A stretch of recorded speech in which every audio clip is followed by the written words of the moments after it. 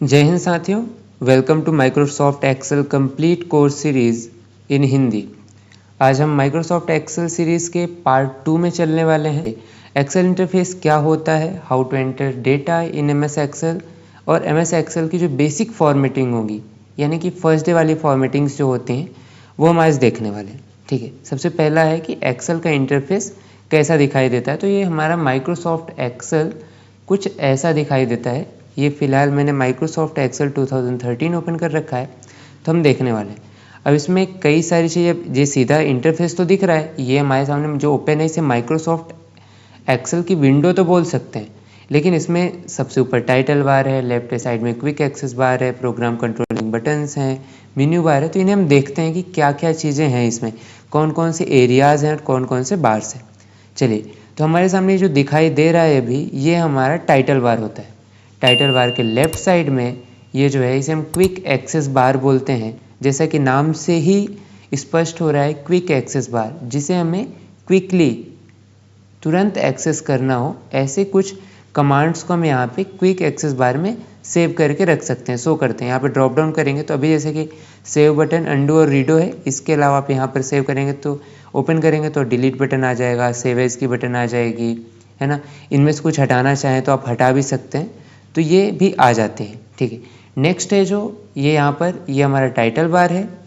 Title bar के बाद जो राइट साइड में हमारे सामने जो प्रोग्राम या विंडो कंट्रोलिंग बटन्स होती हैं, तो विंडो कंट्रोल बटन्स हैं। इन विंडो कंट्रोल बटन में जो फर्स्ट बटन है, ये जो माइनस वाली, इसका काम होता है मिनिमाइज़ करने का। मिनिमाइज़ का मतलब कि यदि मैंने किसी विंडो को ओपन किया, यानी माइक्रोसॉफ्ट एक्सेल ओपन है, मैं इसे बंद करना चाहता हूँ, लेकिन क्लोज पूरा नहीं बंद करना चाहता, मैं इसमें जो काम कर रहा हूँ वो चालू रहे, बस ये टास्क बार में कुछ समय के लिए सेव हो जाए। जब तक लाइट नहीं जाएगी, जब तक पावर नहीं कटेगा, तब तक ये टास्क बार में रहे, तो उसके लिए हम मिनिमाइज़ करते हैं। मैक्सिमाइज़ एंड रिस्टोर बटन है। मैक्सिमाइज़ एंड रिस्टोर का मतलब ये है कि मैक्सिमाइज़ यानी फुल स्क्रीन में करना है, जितनी बड़ी हमारी स्क्रीन है उसे पूरे स्क्रीन में करना, तो मैक्सिमाइज़ होगा। और मिनिमाइज़ का मतलब कि हमारी पूरी स्क्रीन है, उस स्क्रीन में के किसी एक हिस्से में साइड में रखना है, तो उसके लिए हम रिस्टोर करते हैं। नेक्स्ट है जो सबसे लास्ट बटन है, उसे हम क्लोज बटन बोलते हैं। और क्लोज का मतलब हम सभी जानते हैं कि बंद करना, यानी हमें एक्सेल बंद करना है या कोई भी पर्टिकुलर विंडो बंद करनी है, तो हम उसके लिए क्लोज बटन का यूज़ करेंगे। नेक्स्ट क्या है, नेक्स्ट हमें मेन्यू बार मिलता है। इस मेन्यू बार में 7 मेन टैब्स, 3 टूल टैब्स होते हैं। एक फाइल मेन्यू हो गई, उसके बाद home, insert, page layout, formulas, data, review, view, ये सारे टैब्स। इसके अलावा जैसे कि हम जब कोई भी टेबल्स वगैरह या चार्ट्स वगैरह इंसर्ट करते हैं, पिक्चर इंसर्ट करते हैं, शेप इंसर्ट करते हैं, तो उसके अकॉर्डिंग अलग अलग 3 टैब्स और आते हैं, जिसमें फॉर्मेट, लेआउट और डिज़ाइन टैब भी होता है। चलिए, इसे हम मेन्यू बार बोलते हैं। अब मेन्यू बार के बाद क्या आता है, ये हमने 2 चीज़ें देखी, सबसे ऊपर का टाइटल बार, उसके जस्ट नीचे मेन्यू बार। अब उसके नीचे जो एरिया है, इसे हम रिबिन बोलते हैं। और इसी रिबिन के कारण हम एमएस एक्सेल को रिबिन बेस्ड सॉफ्टवेयर भी कहते हैं। वैसे तो हम बोलते हैं माइक्रोसॉफ्ट एक्सेल एक स्प्रेडशीट प्रोग्राम है, जो हमें डेटा को एंटर करने, सेव करने, एडिट करने की अनुमति प्रदान करता है, लेकिन स्प्रेडशीट के साथ साथ हम इसे रिबिन बेस्ड सॉफ्टवेयर भी बोलते हैं। वो इसी बेस पर बोलते हैं क्योंकि इसमें रिबिन है और रिबिन के अंदर कमांड्स होती हैं। चलिए, इस पूरे को रिबिन बोलते हैं। और इसके अंदर जो रिबिन के अंदर ये एक बॉक्स हो गया क्लिपबोर्ड, फिर ये फॉन्ट, ये alignment, number, styles, cells, editing, ये सारे ग्रुप्स हैं। और इन ग्रुप के अंदर ये जो cut, copy, paste, format, painter है, ये कमांड्स होती हैं या फंक्शन बोलते हैं इन्हें, फीचर्स भी बोल सकते हैं। यही सारी चीज़ें इनके फीचर्स हैं। तो हमारे सामने जो था रिबिन था। अब इसके नीचे जो आता है, ये हमारे सामने अभी जो ओपन हुई है, ये स्प्रेडशीट है। यही हमारा वर्किंग एरिया, जिसमें हम काम करते हैं। सारा का सारा काम जो एक्सेल का होता है, वो इसी वर्कशीट के अंदर हम करते हैं। आइए देखते हैं कैसी है वर्कशीट, इसमें क्या क्या चीज़ें हैं। तो इसमें जो आप देख रहे हैं A1 करके, ये नेम बॉक्स है हमारा। ये क्या हमारा नेम बॉक्स है। इस नेम बॉक्स में सेल का नाम आता है, जो भी सेल है प्री डिफाइंड सेल है, या यदि हम बाद में डिफाइन उसका नाम कुछ डिफाइन कर देते हैं, तो सेल का नाम, जैसे अभी यहाँ पे ये वाला सेल सेलेक्टेड है तो A1, मान लो यदि ये वाला सेल सेलेक्ट करूँ तो मैं क्या आएगा, वहाँ पर G8 आ जाएगा। यहाँ पर क्या होगा, यहाँ पे L3, ऐसा। तो ये जो है, ये नेम बॉक्स है। इसमें पहले से तो रो और कॉलम वाइज नाम होते हैं। जैसे ये कॉलम हो गया, रो, ये रो हो गया, तो जिस कॉलम पर होगा और जिस रो पर होगा, तो पहले कॉलम का नाम आ जाएगा लाइक अल्फ़ाबेटिकल, और रो का नंबर आ जाएगा। तो ऐसा है, तो ये नेम बॉक्स है। यदि हम बाद में नाम चेंज करना चाहें तो चेंज भी कर सकते हैं, डिफाइन नेम के थ्रू या डायरेक्ट भी। नेक्स्ट है जो हमारा फॉर्मूला बार है, ये जो आप देख रहे हैं जो गोल्डन पट्टी के अंदर जो पूरा दिख रहा है, ये हमारा फॉर्मूला बार होता है। इस फॉर्मूला बार का काम ये है सिर्फ कि यदि मैंने यहाँ पर लिखा इज इक्वल टू 2 + 2 + 2, तो आएगा यहाँ पर तो 6 एंटर कर दूंगा तो यहाँ पर तो 6 दिखाई देगा। लेकिन क्या ये 6 है? नहीं, ये 6 नहीं है अकॉर्डिंग टू फॉर्मूला बार। ये क्या होगा, जब मैं इस सेल को सेलेक्ट करूंगा तो यहाँ पर आएगा इक्वल टू 2 + 2 + 2। दैट मीन्स कि वो it's not a 6, it's a sum of 2, 2 and 2। Okay, समझ में आया होगा आप लोगों को। तो ये फॉर्मूला बार जिसमें सारे फॉर्मूलाज दिखाते हैं। और केवल इतना ही नहीं, कोई भी फॉर्मूला यदि किसी में सेल में लगा है तो सेल्स में तो आउटपुट दिखाई देता है, लेकिन वहाँ पर हमारे फॉर्मूला दिख रहा था फॉर्मूला बार में। चलिए नेक्स्ट जो है, अब हम थोड़ा सा हेडर्स की बात करें तो हम सभी जानते हैं कि ये ऐसे जितने पैरेलल ये सारे रॉज हैं, और ये भी हमने लास्ट टाइम देख लिया था स्प्रेडशीट का बेसिक। तो और ये जो सीधे सीधे दिख रहे हैं ये कॉलम्स हैं। तो जब कॉलम्स हैं, ये रॉज हो गई और ये कॉलम्स हो गई, तो जो रॉज के सामने हैं नंबर्स हैं 1, 2, 3, ये 10,48,576 तक जाता है, ये सारे रॉ हेडर्स हैं। और ये कॉलम्स हैं, है ना, तो ये 16,384 तक, तो ये सारे के सारे कॉलम हेडर्स हैं। तो इधर रॉ हेडर हो गया और इधर ये कॉलम हेडर हो गया, और ये पूरी जो है ये रॉ एंड कॉलम्स हैं। I mean raw and column से मिलकर ये जो डिब्बे डिब्बे बने हैं इन्हें हम बोलते हैं सेल। ये एक सेल है और सभी सेल्स को मिला है तो ये सेल्स हो जाएगा।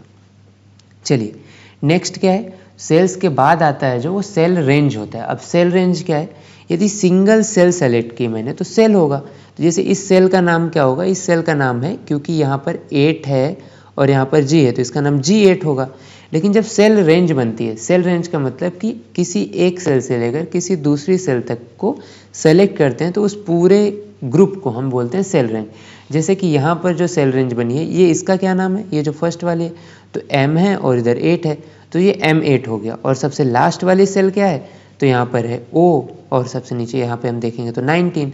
तो ये जो इस सेल रेंज का नाम बनेगा M8, यहाँ पे कॉलन O19, तो M8 to O19 इस सेल रेंज का।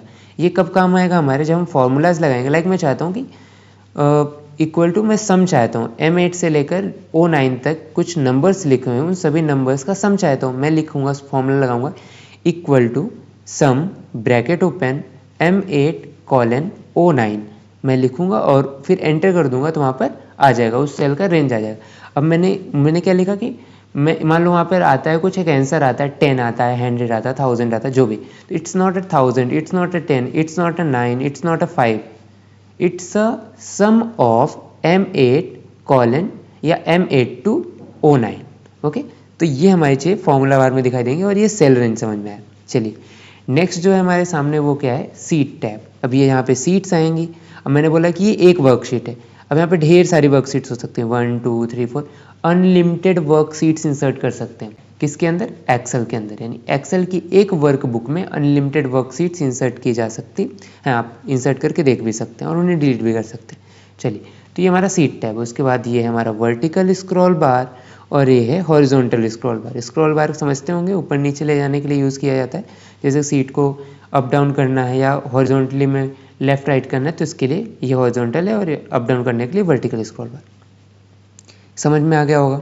चलिए नेक्स्ट जो है हमारे सामने जो आता है वो अब नीचे के हिस्से बचते हैं जो दो चीज़ें। कौन कौन सी चीज़, स्टेटस बार और टास्क बार। मैंने फर्स्ट में बोला था कि यदि हम किसी बटन को, जैसे हमारे जो फर्स्ट में था इधर,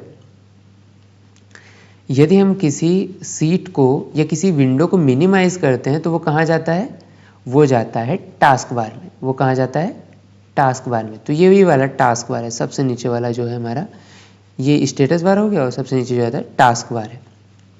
अभी स्टेटस बार क्या है, तो ये स्टेटस बार ऐसा है जो हमारी सीट की, जो हमारे अभी हमने वर्कशीट ओपन की थी, जो हमारी वर्कशीट का स्टेटस बताते हैं। स्टेटस दैट मीन्स कौन सा व्यू ओपन है ना, यानी प्रिंट लेआउट मोड ओपन है, व्यू मोड ओपन है, रीडिंग व्यू मोड ओपन है, या हमारी सीट की जूम इन कितनी है, 100% है, 75% है, 200% है, कितनी जूम इन है, कितना जूम कर रखा है हमने, ये सारी चीज़ कहाँ पता चलती, स्टेटस बार में। ठीक है, और ये यहाँ पे क्या पता चलता है, यहाँ पे हमें टास्क बार में, यानी कौन कौन से टास्क चल रहे हैं। जैसे कि अभी यहाँ पर पावर पॉइंट और एक्सेल 2 टास्क चल रहे हैं तो ये बताता है।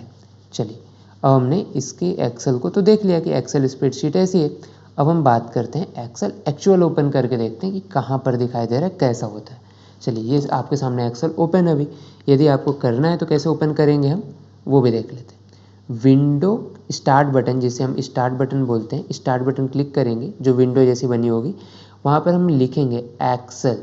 ठीक है, मेरे पास 2 एक्सेल है, 2024 भी और एक्सेल 2013 भी। अभी मैं 13 में ओपन करके बता रहा हूँ। ठीक है, आपको सारा चीज़ यहाँ पे ऐसा ओपन कर दूंगा तो ये ओपन हो जाएगा। ठीक है, जैसे मैंने ओपन पे क्लिक किया तो ये ऐसा ओपन हो जाएगा। ये हमारे सामने ऐसा दिखता है। हमारे सामने यहाँ पे रिसेंट कुछ फाइल्स जो भी हम काम कर रहे होते हैं वो भी दिखाई देते हैं, और यहाँ पे यदि हम क्लिक करते हैं तो ऐसा हमारे सामने एक्सेल का विंडो ओपन हो जाता है। चलिए नेक्स्ट तरीका क्या है, इसे मैं क्लोज करता हूँ। फिर दूसरा तरीका देख लेते हैं, विंडो प्लस आर। मैंने फिर से बोला window plus R, run command की शॉर्टकट की विंडो प्लस आर है। यदि यहाँ पर एक्सेल लिखते हैं आप तो एंटर करेंगे तो भी एक्सेल ओपन होगा, और यहाँ पे आप ब्लैंक वर्कबुक में क्लिक करके अपने नई वर्कबुक ओपन कर सकते हैं। चलिए 2 चीज़ समझ में आई कि ओपन कैसे करना है। इससे पहले हमने इंटरफेस देख लिया। अब हम सेम टाइम पर देखते हैं कि ये तो हमें समझ में आया कि इंटरफेस क्या था, कैसा होता है, क्या है। अब हम देखें कि इसमें डाटा एंटर कैसे करते हैं, बेसिक फॉर्मेटिंग्स क्या होती हैं। जो आपने सर अभी इंटरफेस मुझे समझाया, क्या वो इंटरफेस एक्चुअल में वर्क कर रहा है, क्या वो रियल में वर्क कर रहा है, देखते हैं।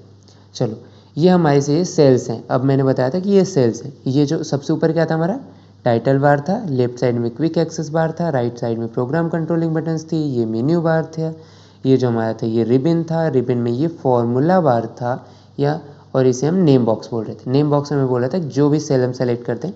अभी लाइक मैंने यहाँ पर क्या सेलेक्ट किया है, I10। क्या सेलेक्ट किया मैंने, I10। तो I10 यहाँ पर आ गया। यदि मैं यहाँ पर आना चाहता हूँ, यहाँ पर तो क्या टाइप, यदि यहाँ पर G9 टाइप करूँ तो यहाँ पर आना चाहिए। तो ये एक काम करता हूँ, मैं यहाँ पर जाता हूँ, इसको सेलेक्ट करके अब यहाँ पर आ जाता हूँ। यदि मैं वहाँ पर G9 लिखता हूँ, G9, ये मैंने यहाँ पर लिखा। अब जैसे मैं G9 एंटर करूँगा तो यहाँ पर आ जाऊँगा, एंटर। ये देखिए G9 पे आ गया। तो ये जो है ये सेल के नाम बताता है, ये नेम बॉक्स सेल का नाम। फॉर्मूला बार में मैंने क्या बोला था, मैंने बोला था कि लाइक मैंने लिखा इक्वल टू 2 + 2 एंटर करूँगा। ये सेल में क्या आ रहा है, आंसर सेल में क्या आ रहा है, आंसर आ रहा है सेल में 6, but it's not a 6, it's a 2 + 2 + 2। Understand. तो ये कहाँ पता चलता है कि ये 2 + 2 + 2 करके 6 लाया गया है, ये पता चलेगा हमें फॉर्मूला बार में। हालांकि यहाँ पर भी यदि हम F2 प्रेस करते हैं, F2 सेल एडिट की शॉर्टकट की, फर्स्ट जैसे मैं शॉर्टकट कीज बताना स्टार्ट करूँगा, है ना, F2। तो F2 जो हम प्रेस करते हैं तो ये हमारे सेल एडिट की शॉर्टकट की होती है। जैसे हम यदि इसे डायरेक्ट कुछ एडिट करने जाएंगे तो वो डिलीट हो जाएगा, जो भी लिखा हुआ था वो डिलीट हो गया। ठीक है, तो हम यहाँ पे F2 प्रेस करके फिर कुछ एडिट करेंगे। देन मैं मान लो 2+ और करना चाहता हूँ तो +2, तो F2 प्रेस किया, फिर 8। तो ये सेल एडिट की शॉर्टकट की है F2। चलिए नेक्स्ट जो है, अब हमने ये देख लिया। अब हम एक बेसिक सा नंबर एंटर करके देखते हैं क्या है नंबर एंटर। ठीक है, चलो एक सीट बना के, बेसिक सी सीट बनाकर देखेंगे फॉर्मूला कैसे हम कोई भी डाटा एंटर कैसे करते हैं। तो कुछ नहीं है, बस सेल्स में डायरेक्ट एंट्री करना सीखते हैं।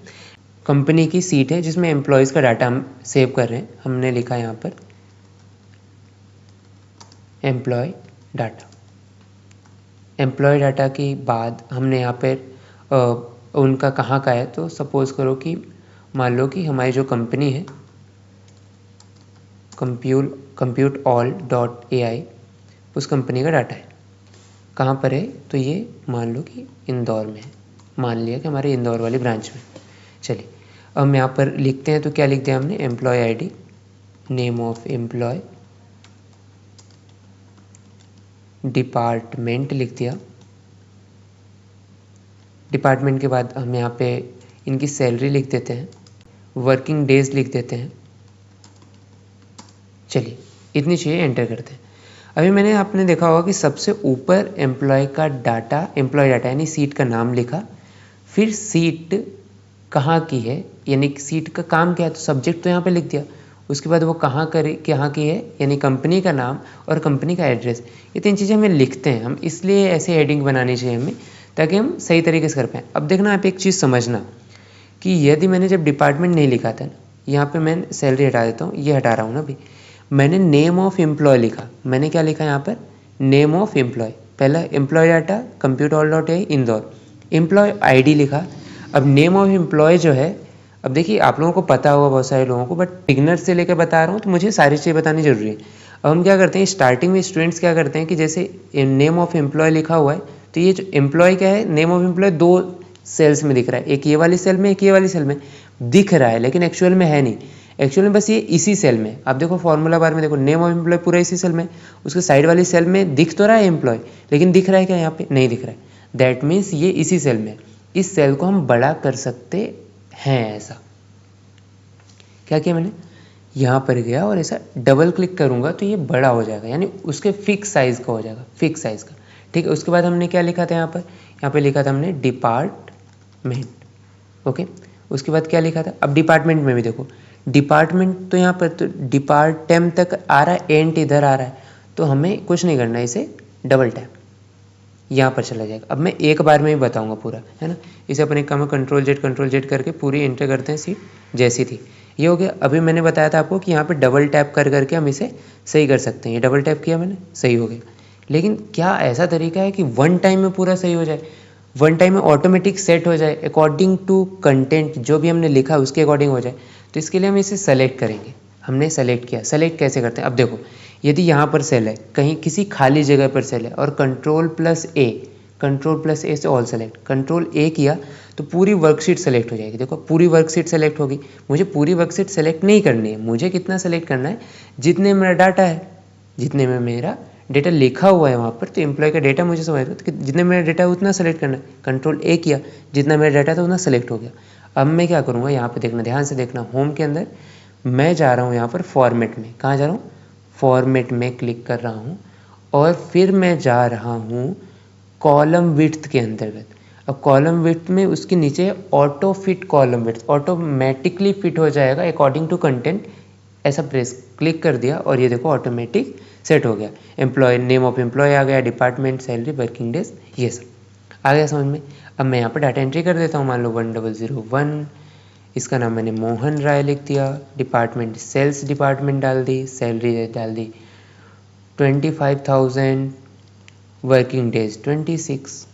ओके, अंडरस्टैंड, थोड़ा समझ में आया होगा आप लोगों को। क्या कि पहली चीज़, जब भी हम कोई सीट बनाएंगे तो वहाँ पे सीट की 3 हेडिंग्स डालेंगे एटलीस्ट। वो फिर फॉर्मेट्स क्या आते हैं कंपनीज में जो मांगते हैं उसके अकॉर्डिंग में डालना होता है, बट हम बेसिक समझ रहे हैं। एम्प्लॉय डाटा ये फिर हमने कंपनी का नाम डाल दिया, एड्रेस डाल दिया। जब हम किसी चीज़ को एंटर करेंगे तो ऐसा करेंगे। चलो अब यहाँ पर नीचे ऐसा हमने एंट्री कर दी।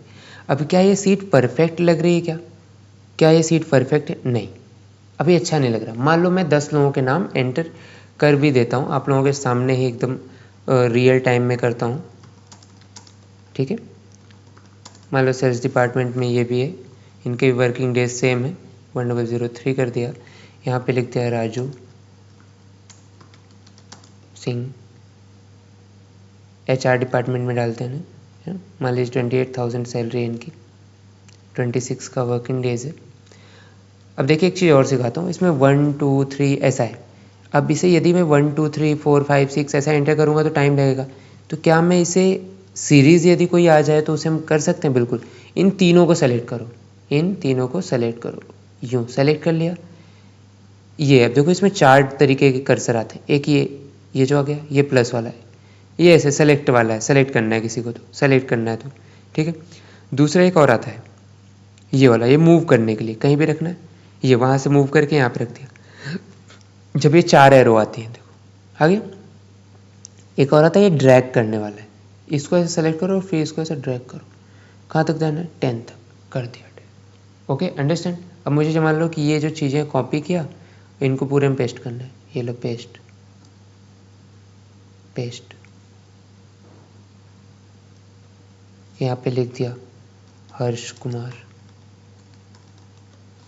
ठीक है। अब मान लो इन सभी को HR sales same copy paste कर देता हूँ मैं। आप चाहें तो चेंज भी कर सकते हैं, जैसे कि मैंने परचेज डिपार्टमेंट डाल दिया, ठीक है, अकाउंट डिपार्टमेंट डाल दिया, है ना। HR में और किसी को ले लेते हैं एक बार, और एडमिन में डाल देते हैं किसी को, ठीक। सैलरी यही से कर देता हूँ, सब मिक्स कर देता हूँ, मैं इसे सेलेक्ट करता हूँ, यूँ कर दिया। ओके, ये 26 तो सभी में है, तो बस यहाँ पे ऐसा ड्रैग कर दिया। चलिए, ये हमने एक सीट बनाई, एक बेसिक सी सीट है ना, यदि इसमें बिना बताए बनाओ तो यूँ चुटकियों में बन सकती है, लेकिन अभी हमने देख देख कर आराम से बनाया। चलो अब इसे थोड़ा सा अच्छा बनाएंगे, इनहेंस, बेसिक फॉर्मेटिंग करेंगे हम। समझो, बेसिक फॉर्मेटिंग। अभी नंबर फॉर्मेट्स नहीं बता रहा हूँ मैं, है ना, जो एक्चुअल फॉर्मेट्स होते हैं वो नहीं बता रहा हूँ मैं। इसे दिखने में लुक वाइज कैसे इसकी फॉर्मेटिंग कर सकते हैं, इसकी टेक्स्ट को कैसे इनहेंस, देखने में अच्छा कैसे, प्रेजेंटेबल कैसे बना सकते हैं, वो बता रहा हूँ। अभी मैंने इसे सेलेक्ट किया। अब देखो यहाँ से मैं इसे, अब कीबोर्ड देखो, माउस से ना सेलेक्ट करके तो आप काम कर लोगे, लेकिन कीबोर्ड से काम करना है। अभी माउस वगैरह कम टच करने की कोशिश करनी है। चलो, है ना, कुछ चीज़ों के लिए टच करेंगे। अभी स्टार्टिंग में, एंडिंग तक जाते जाते माउस को टच करना बंद कर देंगे हम, है ना, एक्सेल में।